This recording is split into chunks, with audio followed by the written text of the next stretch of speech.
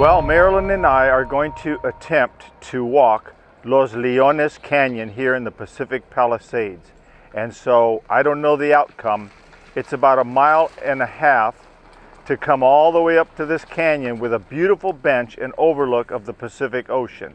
But I discovered at the age of 70, I don't have the bones I used to have, nor the stamina, so I have to confess, I think Marilyn will probably do better than I will with it hiking. But I'm going to enjoy the flowers and the beauty as it is, and I'll report back to you how things went.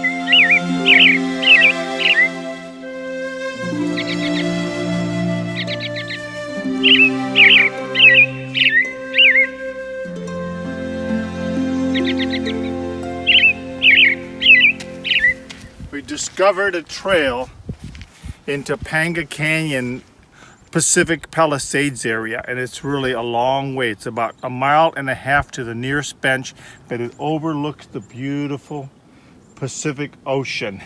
But one of the things I want to share with you is it's a little bit disheartening. You don't know where that bench is going to be, and you keep wondering, it's just got to be there soon, and you get a little discouraged because there's no signs telling you bench in 100 feet. It's just like you're guessing. But guess what? We have seen people walking down, and those people, I ask every one of them, are we almost there? Kind of like the kids in the car. And they go, oh yeah, you can do it. No one died of a heart attack. We didn't see any dead bodies. And I'm not in good shape, and I made it, and you can do it.